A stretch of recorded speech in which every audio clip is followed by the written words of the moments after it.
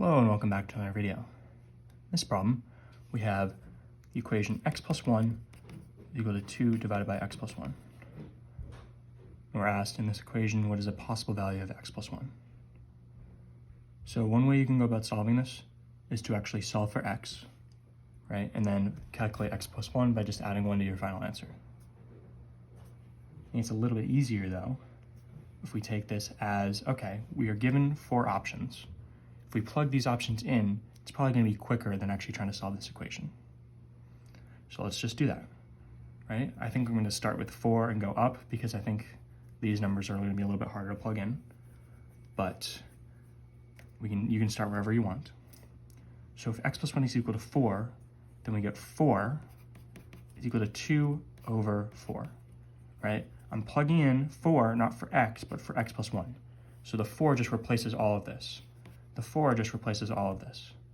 And here, we get 4 is equal to 2 divided by 4 is 1/2. 4 is not equal to 1/2, therefore D is not your answer. It's 2.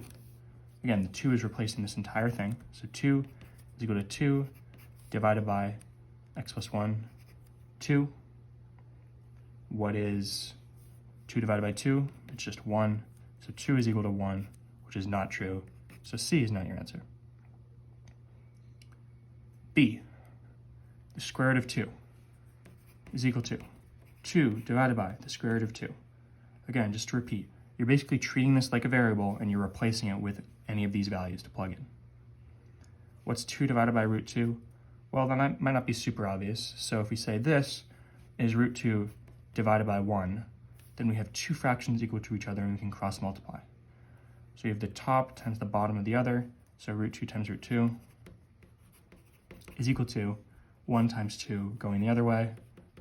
What is root 2 times root 2? Well, that's root 2 squared. Since it's just a number times itself, that's the number squared. 1 times 2 is 2. And what is the square root of 2 squared? Well, the square root of anything squared is just the number itself. So 2 is equal to 2.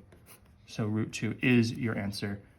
A possible value of x plus 1 is the square root of 2 because it satisfies the equation above. As always, thank you for liking and subscribing, and I'll see you in the next video.